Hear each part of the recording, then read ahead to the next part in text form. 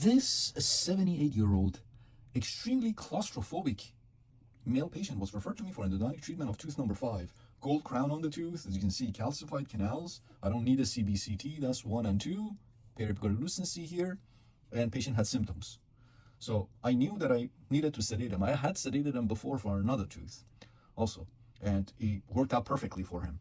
So that's why it's so important to take multiple angulation radiographs. And when we took radiographs of tooth number 5, tooth number 3 happened to, of course, be on the same PA. So take a look. What the heck is going on with tooth number 3? Look at that. Huge periapical lucency right there on the palatal. Another one on the MB, and maybe a little one on the DB.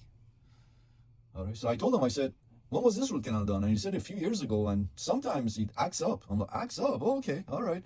So this is another angulation. You can see how big that periapical lucency is on the palatal root of tooth number 3. So I told him, I said, and that's number 5. You can see the periapical lucency here. 1 and 2, calcified. Look how calcified these canals are. And then number 3, right there. So I told him, I said, we're going to be sedating you anyways for number 5. Let's go ahead and redo number 3. And he agreed. He said, of course. I had no idea. I was never told that there was a problem with this tooth. So that's why we take multiple angulation PAs. Remember, multiple angulation PAs are extremely important. All right, so don't rely on just one angulation. So today went ahead and sedated him and went through the porcelain crown here and went through the gold crown here and did both retreatment and treatment in one appointment, of course.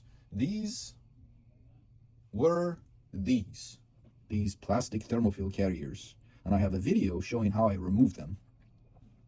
It's on my Instagram, my YouTube, my TikTok, so you can go and watch those videos. I have a trick how I remove these plastic carriers. All right, so very calcified tooth number 5, and take a look. And of course I use these files.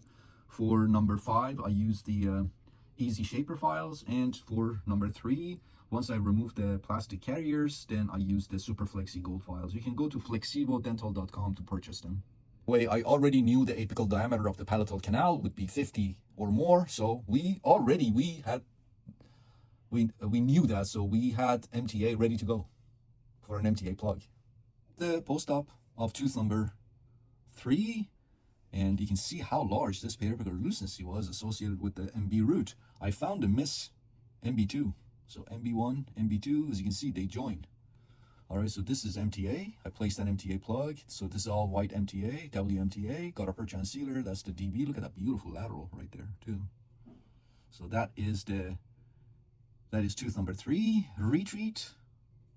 Another angulation, and again, you can see the MTA plug here, got a perch sealer, MB canal, and DB is kind of superimposed behind the palatal, and DB canal here, that angulation here, again MTA plug. The apical diameter was over 50. MTA plug, got a perch sealer, MB, DB. So that is tooth number 3, and let's go ahead and look at tooth number 5. Tooth number 5. 2 canal systems, as you can see. Look at that. Snake tongue in the apical, couple of millimeters of the buccal canal there. All right, as you can see, everything went beautifully. Went ahead and temporized the tooth and referred the patient back to his dentist for the permanent restoration. And again, I use these files, easy SHAPER for number 5, and then once I removed the thermofill carriers, those plastic carriers, then I used the super FLEXI GOLD to instrument and shape canals of tooth number 3.